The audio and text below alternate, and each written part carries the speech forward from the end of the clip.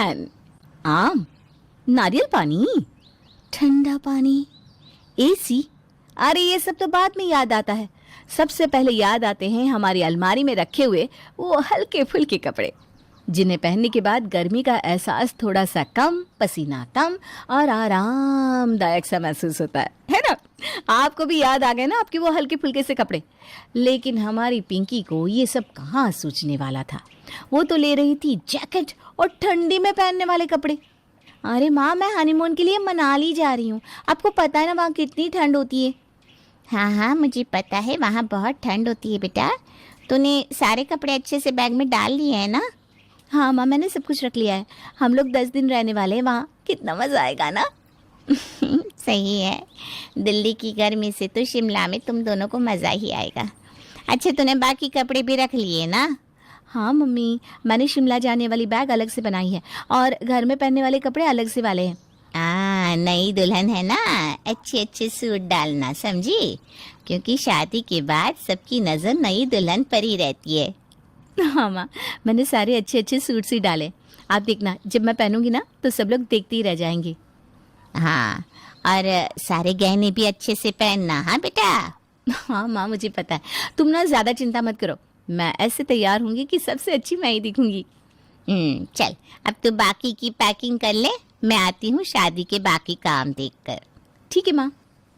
अनुज को फ़ोन कर लेती हूँ, पूछती हूँ सारी पैकिंग हो गई कि नहीं। हेलो, मैं अभी तुम्हें ही याद कर रहा था। क्यों? अरे माँ ने तुम्हारे लिए कुछ कपड़े और साड़ियाँ ली है, तो बस यही सोच रहा था कि तुम उन कपड़ों में कैसी लगोगी। अरे वाह, तुम देखना, शादी के बाद मैं ऐसे तैयार होंगी कि तुम देखते ही रह जाओगे। रोज़ अलग अलग कपड़े, रोज़ अलग ढंग से तैयार होंगी मैं तुम्हारे लिए। वो कहते हैं ना, शादी का लड्डू खाने में तो बहुत मीठा होता है, लेकिन जब उसे खा लेते हैं तो उसे पचाने में बहुत तकलीफ होती है। हमारी पिंकी के साथ भी कुछ ऐसा ही हो रहा था। अरे वाह वाह, चलो आ गए तुम दोनों घूम के। मज़ा आ गया होगा शिमला में तुम दोनों को। मज़ा तो बहुत आया माँ, वहाँ इतनी ठंडी ठंडी बर्फ़ थी कि पूछो ही मत। यहाँ आकर तो ऐसा लग रहा है जैसे ओले गिर रहे हो। हाँ, यहाँ तो सच में बहुत ही गर्मी है। अरे अब क्या कर सकते हैं, घर तो वापस आना ही था एक ना एक दिन। चलो तुम दोनों अभी जाकर फ्रेश हो जाओ, फिर बहू तुम रसोई में कुछ मीठा बनाकर सबके लिए खाना बना देना, ठीक है? जी ठीक है मम्मी जी। आ जाओ, हम ऊपर कमरे में चलते हैं। हाँ चलिए। दिल्ली की गर्मी तो देखो, मुझसे तो सहन ही नहीं हो रही। तुम एक काम करो, नहा लो और तैयार हो जाओ।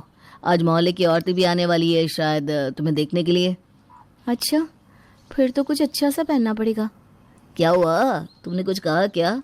नहीं नहीं, मैं नहाकर तैयार होकर आती हूँ। तुम्हारे लिए कपड़े निकाल दूँ? मेरे लिए तुम ट्रैक और टी शर्ट ही निकाल दो। इतनी गर्मी में मुझसे इतने भारी कपड़े नहीं पहने जाएंगे। इनका अच्छा है, ट्रैक और टी शर्ट पहन के बैठ गए।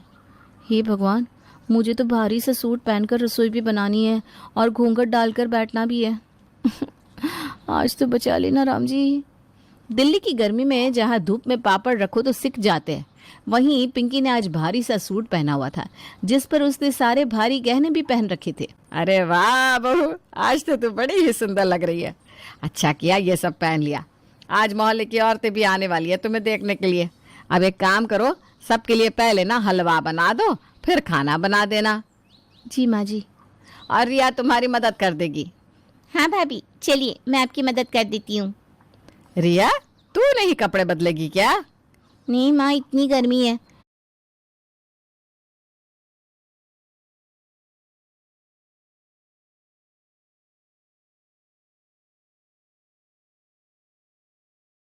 जैसे मैंने आग को लपेटा हुआ हो बदन पर। हाँ सही कह रही है तू। हम भी यही सोच रहे हैं कि कोई कॉटन का सूट ही पहन लेते हैं। हे भगवान, ये क्या जुल्म है। मेरे सामने ही सब लोग हल्के फुल्के कपड़े पहन रहे हैं और मैं हूँ कि अपनी मौत को दावत दिए बैठी हूँ। क्या हुआ भाभी, कब से आप कुछ सोच रही हैं? अरे नहीं नहीं, कुछ नहीं, बस यही।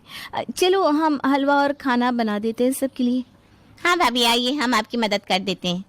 रिया और पिंकी ने मिलकर सारा खाना और हलवा सबके लिए बना लिया, लेकिन उसके बाद पिंकी की हालत गर्मी के कारण जलते हुए कोयले जैसी हो गई थी।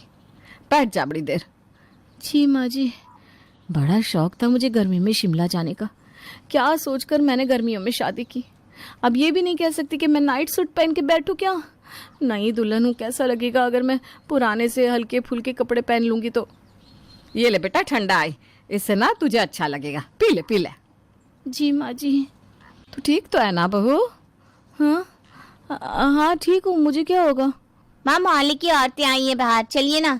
अब हाँ के लिए चाय लेकर बाहर आ जाना। जी माँ जी ठीक है। इतनी गर्मी में चाय कौन पीता है, ठंडा मंगवा लेते। अब फिर से मुझे रसोई में जाना होगा। पिंकी किसी से कुछ कह नहीं पा रही थी, लेकिन इतने सारे भारी कपड़े पहनने के बाद उसे बहुत गर्मी लग रही थी। लेकिन अब मुंह दिखाए में तो उसे घूंघट डालकर रहना ही था, जो उसके लिए और भी भारी हो रहा था। अरे वाह कावेरी, तेरी बहू तो काफी सज धज के बैठी है। पिंकी बहू, तुम्हारा सूट भी ना काफी अच्छा है। अब पहन के देखिए ना आंटी जी, फिर आपको पता चलेगा कैसा लगता है इस भारी सूट को पहनने के बाद। मानना पड़ेगा कावेरी, बड़ी सुंदर बहू लाई हो तुम, बिल्कुल चांद सी है। पता नहीं कब तक चांद सी रहूंगी। इस गर्मी में तो मुझे लग रहा है जल के कोयले की खान बनने वाली हूँ मैं। अरे शीला आजा, तू भी देख ले मेरी बहू को, आजा। हाँ हाँ, वो क्या है ना, यहाँ पर ऊपर पंखा चल रहा है, तभी यहाँ बैठी थी। मुझसे ना गर्मी बर्दाश्त नहीं होती ज्यादा। हाँ सही कहा, दिल्ली की गर्मी है अभी तो ऐसी ना। आप सबने तो फिर भी हल्के फुल्के कपड़े पहने हुए, कोई मेरे बारे में भी सोच लेता थोड़ा सा। कब ये औरतें जाएंगी, कब मैं अपने कमरे में जाकर नाइट सूट पहनूंगी। कुछ देर पिंकी और कावेरी से बात करने के बाद सारी औरतें जाने लगती है, लेकिन अब पिंकी से ये गर्मी और सहन नहीं हो रही थी। उन औरतों ने पैर घर के बाहर रखा ही था कि पिंकी ने भागना शुरू कर दिया। अरे क्या हुआ पिंकी बहू, तू ऐसे हड़बड़ी में कहाँ जा रही है? कुछ नहीं, कुछ अर्जेंट याद आ गया मुझे। ये भाभी को क्या हुआ अचानक? कहाँ है? अरे क्या हुआ, क्या ढूंढ रही हो? सब ठीक तो है ना? जल्दी से मेरा नाइट सूट दे दो, जल्दी करो। अरे हाँ, 1 मिनट सांस तो ले लो पहले। मैंने कहा ना जल्दी करो। अरे हाँ, ये लो, मिल गया। कमरे में आने के बाद पिंकी ने सबसे पहले उस सूट को उतार कर फेंक दिया और हल्के फुल्के से कपड़े पहन लिए। अब ठीक हो? हाँ, अब लग रहा है कि सारी आग बुझ गई है मेरे बदन से। अरे तो तुम्हें इतने भारी भारी कपड़े पहनने की क्या जरूरत थी? कैसी बात कर रहे हो तुम? मैं नई दुल्हन हूँ, अगर मैं ऐसे हल्के फुल्के कपड़े पहनूंगी तो तुम्हारी माँ क्या सोचेगी? तीसरी कोई अकल ही नहीं है कि नई दुल्हन कैसे रहती है।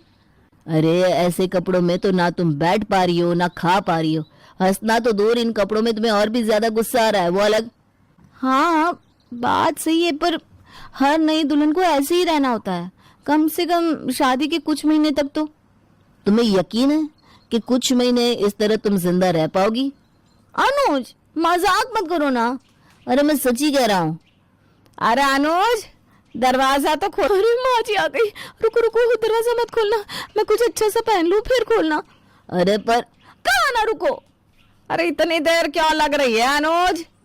हाँ माँ, बस आया। अरे तुम दोनों सो गए थे क्या? मैंने डिस्टर्ब तो नहीं कर दिया? अरे नहीं नहीं। माँ जी आइए ना, कुछ काम था क्या आपको? हाँ बहू, मुझे तुमसे ना कुछ जरूरी बात करनी थी, मतलब तू बुरा मत मानना। हाँ